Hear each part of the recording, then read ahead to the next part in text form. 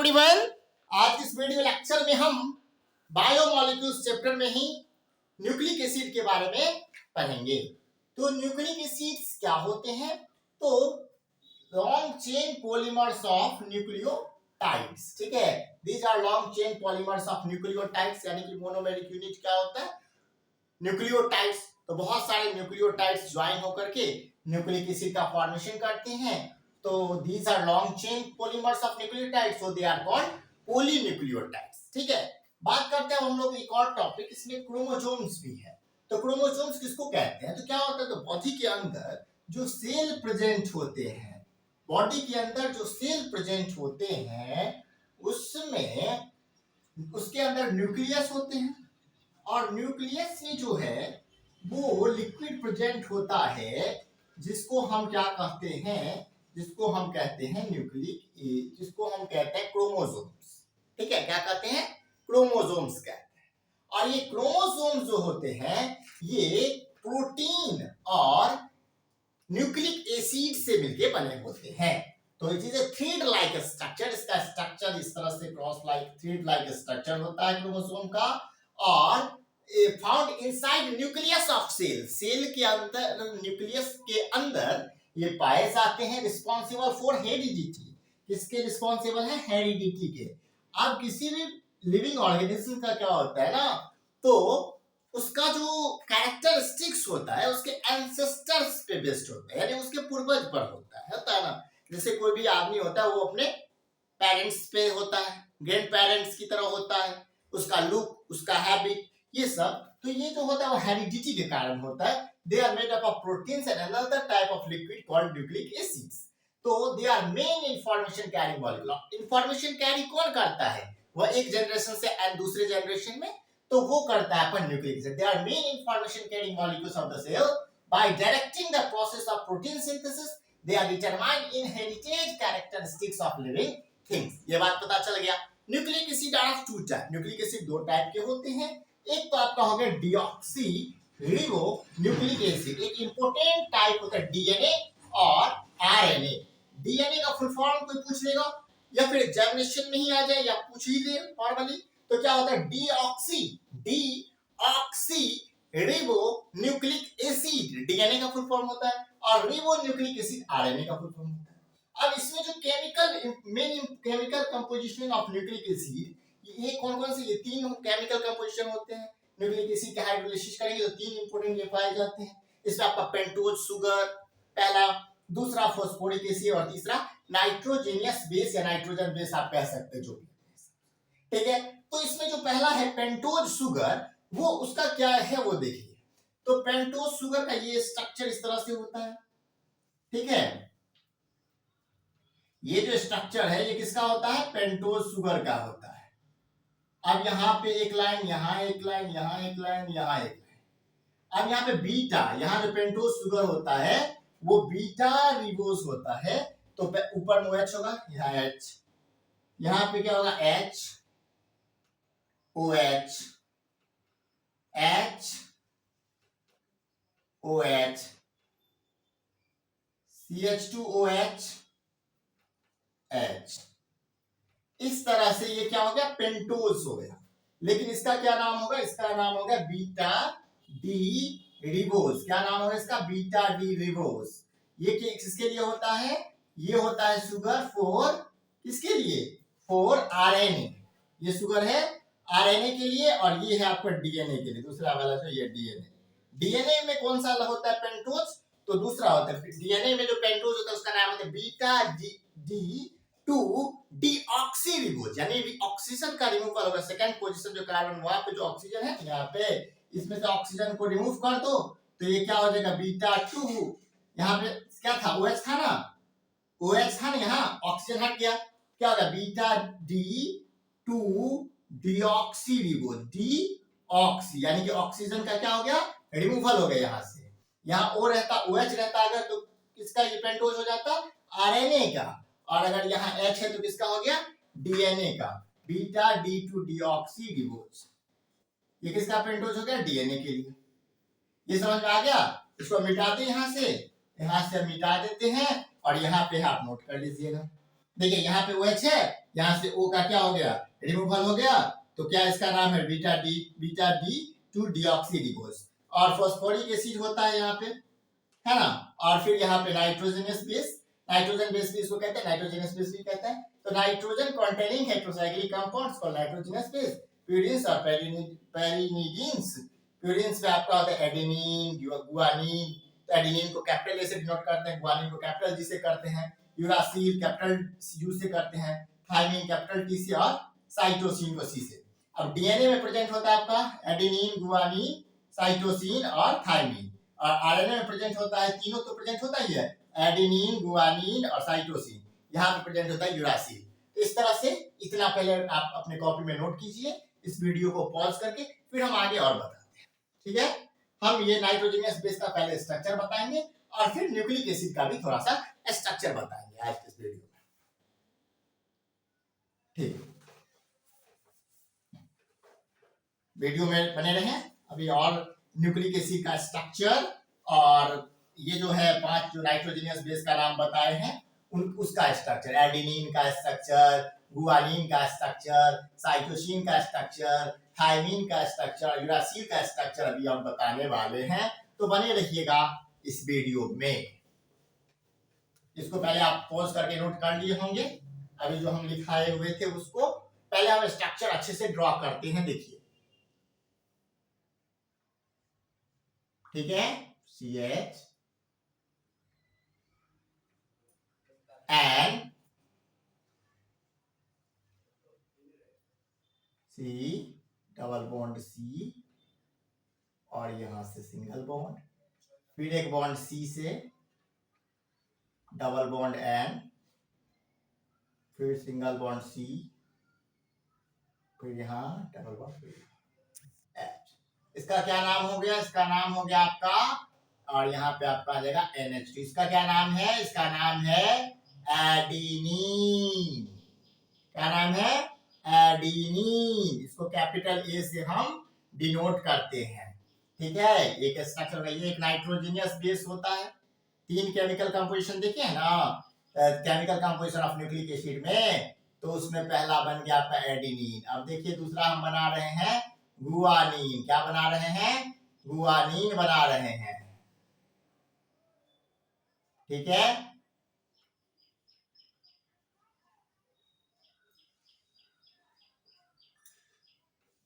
Guanine बना रहे हैं, देखिए इस तरह से बनता है ये।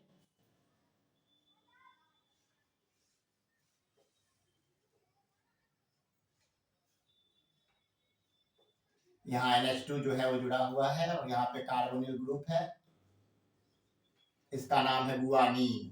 इसको कैपिटल G से डिनोट करते हैं, गुआनिन को, ठीक है। और आपको पता है डीएनए में जो है वो एडेनिन भी होता है, गुआनिन भी हो सकता है, साइटोसिन भी होता है। साइटोसिन जो है वो देखिए इसलिए रिंग लाइक स्ट्रक्चर है, ठीक है।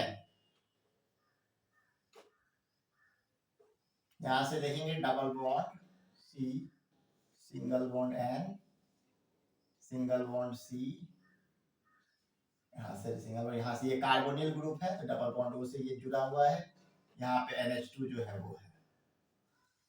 ये 6 मेंबर्ड रिंग होता है ये, इसका नाम है साइटोसिन। क्या नाम है इसका, साइटोसिन। ये भी आपको जो है वो प्रेजेंट होता है डीएनए में भी और आरएनए में भी। ध्यान दीजिएगा ये तीनों जो है वो डीएनए में भी प्रेजेंट है, ये तीनों स्ट्रक्चर, तीनों जो नाइट्रोजनस बेस है, और आरएनए में भी प्रेजेंट है। 2 और होगा जो दोनों में डिफरेंट होगा, ठीक है। अब देख लेते हैं 5 नाइट्रोजनस बेस का स्ट्रक्चर हमको बनाना है, ये सिलेबस में है, ठीक है। देखिए यहाँ से कार्बोनिल ग्रुप, फिर ये तो है 6 मेंबर्ड रिंग, तो यहाँ कार्बन, यहाँ नाइट्रोजन, और ये तो नाइट्रोजनियस बेस है तो नाइट्रोजन कंटेन हो करेगा ही, ठीक है। ये फिर नाइट्रोजन से जुड़ेगा और यहाँ से फिर कार्बन से, और ये कार्बन फिर नाइट्रोजन से। यहाँ ये कार्बोनिल ग्रुप है, ये ऊपर भी कार्बोनिल था, यहाँ पे हाइड्रोजन होगा, और फिर यहाँ पे मिथाइल ग्रुप अटैच होगा, और फिर ये जो है वो यहाँ पे भी हाइड्रोजन और यहाँ पे भी हाइड्रोजन प्रेजेंट होगा। इसका नाम है थायमीन। ये जो है थायमीन, ये किसमें होता है, डीएनए में या आरएनए में, तो थायमीन होता है आपका डीएनए में, ये बात भी गौर कर लीजिए, ये डीएनए में प्रेजेंट होता है और एक और बनाएंगे वो आरएनए में प्रेजेंट होगा। अब वो क्या है, तो वो है यूरासिल। ठीक है, ये देखिए कार्बन, इधर नाइट्रोजन। स्ट्रक्चर अगर ध्यान से बनाइएगा, साथ साथ भी बनाइएगा तो आ जाएगा। बहुत ही आसान स्ट्रक्चर है, कोई बहुत ही टफ नहीं है। वैसे इसको पूछे जाने के एग्जामिनेशन में बहुत कम प्रोबेबिलिटी है, बहुत कम संभावना है कि ये स्ट्रक्चर बनाने को एग्जामिनेशन में आए। और जब हम न्यूक्लिक एसिड का स्ट्रक्चर बनाते हैं तो वहां बस लिख के भी काम चल जाता है कि नाइट्रोजनियस बेस, ठीक है, तो भी काम चल जाता है। बट फिर भी अगर आपको स्ट्रक्चर आता रहा तो आपका थोड़ा सा अच्छा रहेगा सिचुएशन, ठीक है। और ये आपका क्या हो गया, यूरासिल। ठीक है, यूरासिल ये किसमें प्रेजेंट होता है, तो ये होता है आरएनए में। किसके अंदर प्रेजेंट होता है, ये आरएनए के अंदर। बाकी ऊपर वाला जो तीनों है, ये और ये दोनों में प्रेजेंट होता है, बोथ डीएनए एंड आरएनए दोनों में। ठीक है, डीएनए एंड आरएनए, ये बात तो समझ में आ गया। पहले इसको नोट कीजिएगा स्ट्रक्चर को पहले अच्छे से, वीडियो को पॉज करके। अब हम फिर आगे बढ़ते हैं, तो हम और थोड़ा सा बात करेंगे न्यूक्लिक एसिड का स्ट्रक्चर। इसमें हम न्यूक्लियोटाइड और न्यूक्लियोसाइड के बारे में बताएंगे कि न्यूक्लियोसाइड से किस तरह से डिफर है। और न्यूक्लियोटाइड जो है वो होता है पॉलीमर्स, उसका न्यूक्लिक एसिड का, यानी कि आप कह सकते हैं long chain nucleic acid are long chain polymer of nucleotides. ठीक है, अब देखते हैं एक और नया टॉपिक इसमें, स्ट्रक्चर ऑफ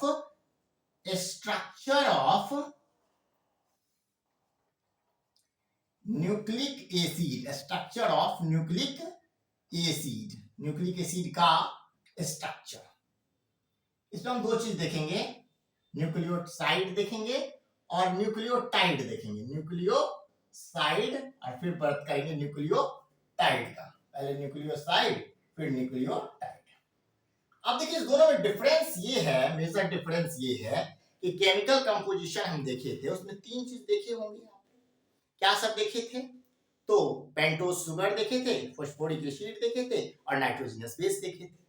तो यहाँ जो होगा यानी कि न्यूक्लियोसाइड में पेंटोज शुगर और नाइट्रोजनस बेस ही होगा, और न्यूक्लियोटाइड में क्या होगा, तो पेंटोज शुगर भी होगा, ठीक है, नाइट्रोजनस बेस भी होगा और फॉस्फोरिक एसिड भी होगा। इसमें तीन चीज, इसमें दो चीज ही प्रेजेंट होगा। ठीक है, अब देखते हैं हम लोग धीरे धीरे दोनों को डिफर करके आराम से पढ़ेंगे। तो पेंटो, इसमें क्या सब होता है, पेंटोज शुगर हो गया आपका, एक चीज तो आपको पता ही है भाई, पेंटोज शुगर। और दूसरा हो गया नाइट्रोजेनियस बेस। दो चीज ही इसमें प्रेजेंट होगा, पेंटोज शुगर और नाइट्रोजनस। और न्यूक्लियोटाइड में जो है आपका पेंटोज शुगर भी होगा, पेंटोज शुगर, आपका नाइट्रोजनस बेस भी होगा और आपका फॉस्फोरिक एसिड भी होगा। तीनों चीज होगा, तीनों चीज होगा, कोई एक चीज या दो चीज छोड़ के काम नहीं चलेगा, तीनों चीज होगा। अब देखिए इसमें भी फिर से आप पेंटोज शुगर बनाओगे, स्ट्रक्चर आना चाहिए वैसे, ठीक है ना, बहुत ही इंपोर्टेंट स्ट्रक्चर है, ठीक है ना। इस तरह से बनाएंगे पहले, इस तरह से, ठीक है, एक लाइन यहां ड्रॉ करेंगे, एक यहां और एक यहां, ठीक है। अब देखिए ये क्या है आपका नाइट्रोजेनियस बेस लिख दोगे, क्योंकि अब इतना बेस का स्ट्रक्चर अभी देखे ही हो, बड़ा है ना, तो उसका लिख भी दोगे तो काम चल जाएगा, उसको रिप्रेजेंट कर देगा। नीचे लगाएंगे हाइड्रोजन, यहाँ लगाएंगे हाइड्रोजन, यहाँ लगाएंगे OH ग्रुप, यहाँ पे आपका हो जाएगा हाइड्रोजन, यहाँ हाइड्रोक्सिल ग्रुप, यहाँ पे लगेगा आपका CH2OH और फिर यहाँ लगेगा आपका क्या, हाइड्रोजन। इस तरह से हम लोग देख लिए क्या हो गया, ये हो गया आपका न्यूक्लियोटाइड, न्यूक्लियोसाइड हो गया। ये किसका स्ट्रक्चर हो गया, न्यूक्लियोसाइड का। अब देखते हैं हम लोग न्यूक्लियोटाइड को लेकर, न्यूक्लियोटाइड कैसे बनाते हैं। तो पहले तो पेंटोज शुगर बनाने में ही झंझट है, कोई झंझट नहीं है, अगर अच्छे से देख लें सीख लें तो आसानी है। इस तरह से हम लोग बनाते हैं पेंटोज शुगर को, ठीक है, आराम से बनाइएगा आप। उसके बाद यहाँ पे देखिए, यहाँ पे नाइट्रोजनियस बेस है, तो यहाँ भी रहेगा न्यूक्लियोसाइड में भी और न्यूक्लियोटाइड में भी, वो फर्स्ट कार्बन पे ही रहेगा। ठीक है, नाइट्रोजनियस बेस रहेगा, यहाँ पे 5 बनाए हुए हैं, यहाँ पे हाइड्रोजन, यहाँ हाइड्रोजन, यहाँ पे हाइड्रोक्सिल ग्रुप, यहाँ पे भी हाइड्रोजन, यहाँ हाइड्रोक्सिल ग्रुप, यहाँ पे आप लगाओगे CH2 और यहाँ लगाओगे O, फिर लगाओगे P, फिर O, फिर O, यहाँ O, इस तरह से होगा। तो ये 5th कार्बन पर है ना, first, second, third, fourth, fifth, 5वां कार्बन पर है HCPO2 यानी कि फॉस्फोरिक एसिड। ठीक है, ये न्यूक्लियो एसिड का है। अब ये जो है, ये तो एक यूनिट है न्यूक्लियोटाइड्स का। इस तरह का जब large number of nucleotides combine होगा या कनेक्ट होगा एक दूसरे के साथ, तो उसको हम कहते हैं न्यूक्लिक एसिड का फॉर्मेशन। इसलिए हमने कहा है शुरुआत में ही कि nucleic acid are polymer of nucleotides, कहा है ना। तो यहाँ पे देखेंगे एक यूनिट न्यूक्लियोटाइड्स तैयार हो गया। अब हम लिखेंगे कि when large number of nucleotide are connects,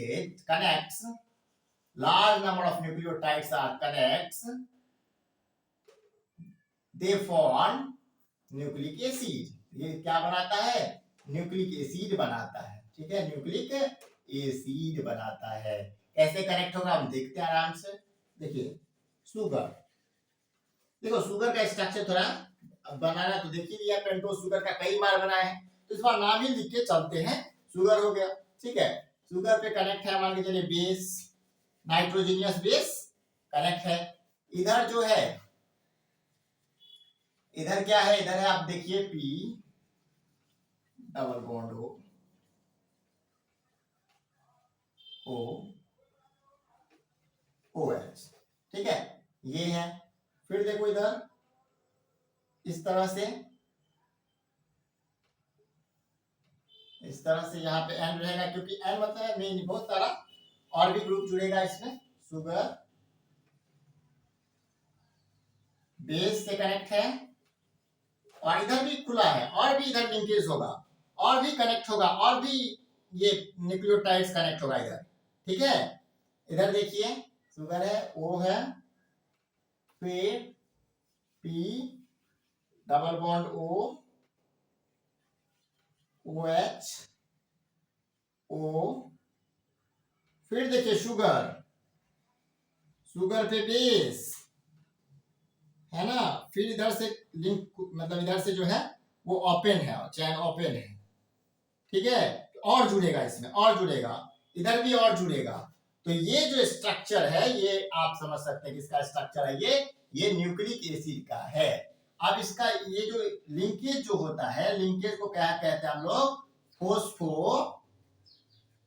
phospho diester linkage, phosphodiester